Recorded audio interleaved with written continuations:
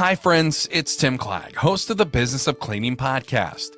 With the public perception on cleanliness at an all-time high, companies are investing in training for the future. This month, Brant Insero, Senior Director of Education for ISSA, tells us why so many companies are committed to building successful training programs for their employees in the commercial cleaning industry. Hear Brant preview ISSA's 100th anniversary celebration as they look back at 100 years of excellence and gear up for the next 100 years. I'm going to go way back, right? So let's go back to my high school days, and I'll tell you how I got into this because it'll all come full circle. I was really passionate about the sport of bowling, and I had a few 300 games. I was really into it. The pleasure of attending a fundraiser for children that were blind and deaf, and they were raising money for these children. I had all the local news personalities and radio stations show up, and it was Beat the Celebrities. One of the radio stations, back then known as Albany's #1 hit music station, Fly 92.3, they were there.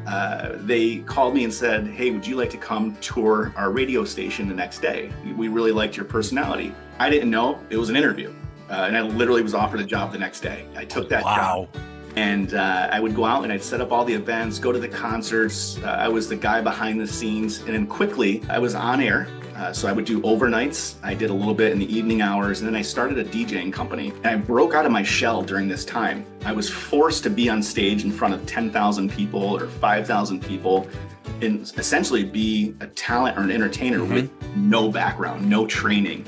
And it was figure it out. That's how it all started. And my love for public speaking and being in front of people to help make change, it really started back when I was 17, 18, 19 years old. It's the workforce development programs.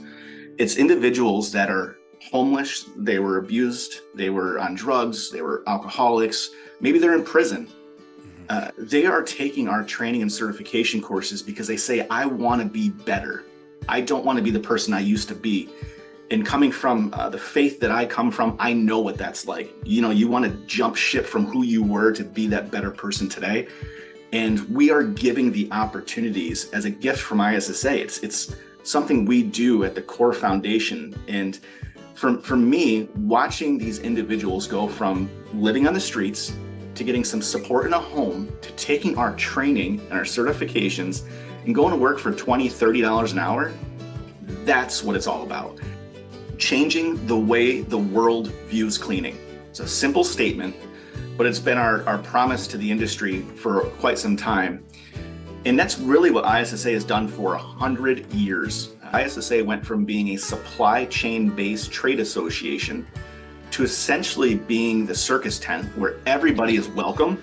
Yeah. Right? And when you go back to the early 2000s, when ISSA opened their doors to what we call the end users, right? Those are those universities and building service contractors. All of a sudden, our whole entire industry shifted. And as we're seeing a lot of disruption in the industry today, we're still continuing to reimagine what ISSA is going to be for the next 100 years. We want to pay homage. We want to celebrate 100 years. But for us disruptors in the world, we're looking to the next 100 years. So we're going to celebrate in Vegas, but we are going to look to the future of what our industry is going to look like.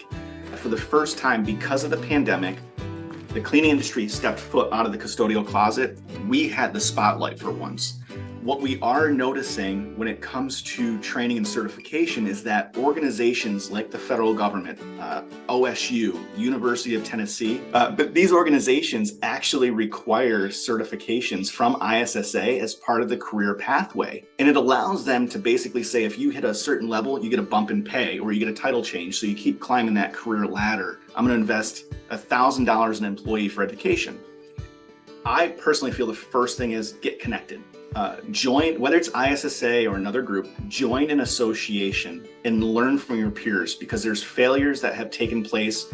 Because I can tell you exactly what to do to implement a training program, but when it goes to actually being in the field and you have your first account, it's worth, $10,000 or $20,000 annually, you freeze and something's going to happen and you're not going to know what to do.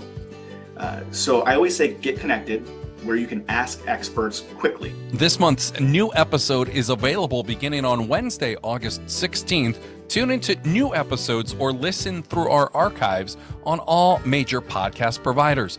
Remember to subscribe and leave a 5-star review.